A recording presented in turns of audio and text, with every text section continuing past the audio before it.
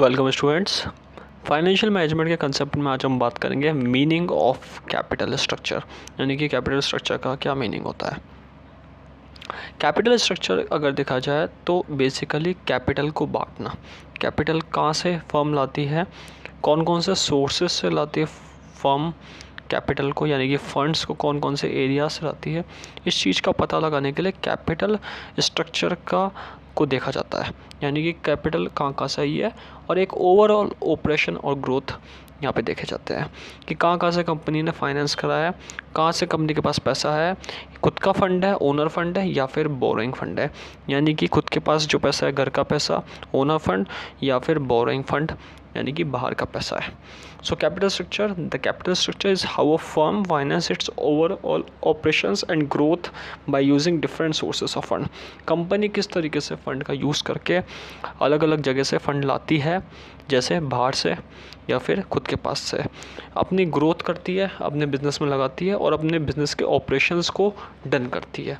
तो capital structure क्या है? क्राइटेरिया है, एक स्ट्रक्चर है जो ये बताता है कि कंपनी ने कहाँ कहाँ से फ़ंड को फाइनेंस करा है, यानी कहाँ कहाँ से फ़ंड को लेकर आके अपने बिजनेस में लगाया है।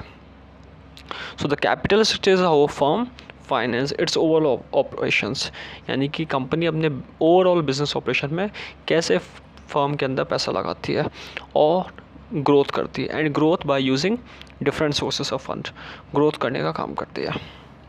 Debt comes from bond issues or long-term note payable, while equity is classified as common stock, preferred stock और retained earnings।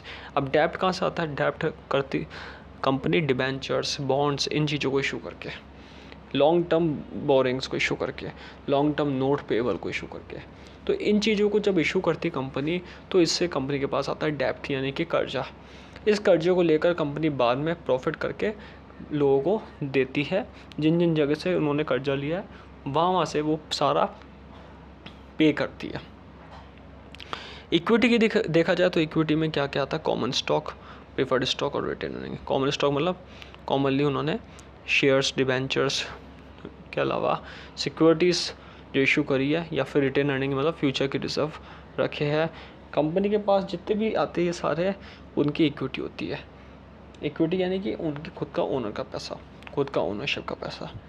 तो कंपनी इस तरीके से ओनर फंड और बोरिंग फंड लेकर अपना एक कैपिटल स्ट्रक्चर तैयार करती है और वो अपने ओवरऑल बिजनेस एक्टिविटीज़ में या बिजनेस क्राइटेरिया में डन करती है। तो इस वीडियो में हमने बात करी कैपिटल स्ट्रक्चर क्या होता है। कि कैपिटल स्ट्रक्चर बेसिकली एक कंसेप्ट है जो कि ये बताता है कि फर्म ने कहाँ कहाँ से फाइनेंस करा, अपने बिजनेस के लिए पैसा इकट्ठा करा और अपने ओवरऑल ऑपरेशन में लगाया। Thank you.